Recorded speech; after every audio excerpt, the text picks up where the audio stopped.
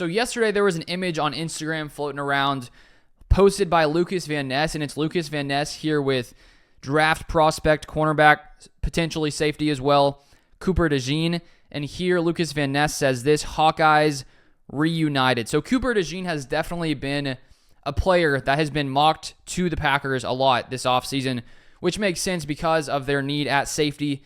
They did have, I think, a bigger need at corner until they brought back Keyshawn Nixon and Corey Ballantyne. But I still think they need to add in their secondary. And Cooper Dejean, considering he seems to be a player that can play both corner and safety, it makes sense why many have seen him as a potential fit with the Packers. And when we look here with him, with Lukas Van Ness, those two guys did spend a couple seasons together at Iowa, 2021 and 2022.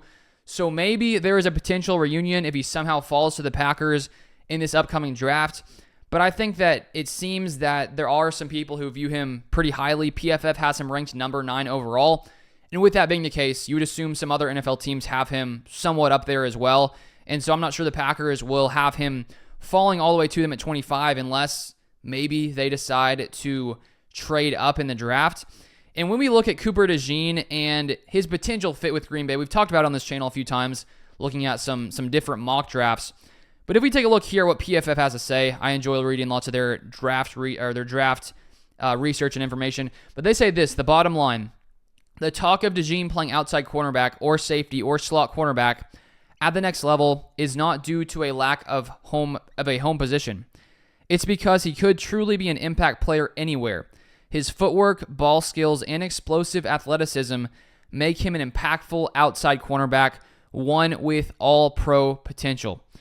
The Packers, when we look at their outside cornerback situation, definitely, no doubt, Jair Alexander, one of the starting outside corners. The question is what's going to happen at the other outside corner position with Eric Stokes the past couple seasons dealing with a ton of injuries. He looked very promising after being drafted in round 1, playing his first season as a rookie.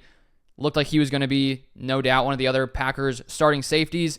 But the past couple seasons, he has dealt with lots of these injuries, which have really held him back. Carrington Valentine played a ton of snaps last year with the injuries at cornerback for the Packers, and he looked somewhat promising. I like his aggressiveness, his physical nature of play, and I think there's going to be a competition there at outside corner. But maybe the Packers decide to add another potential corner here to compete at that outside position if they're not fully confident in either Stokes or Carrington Valentine.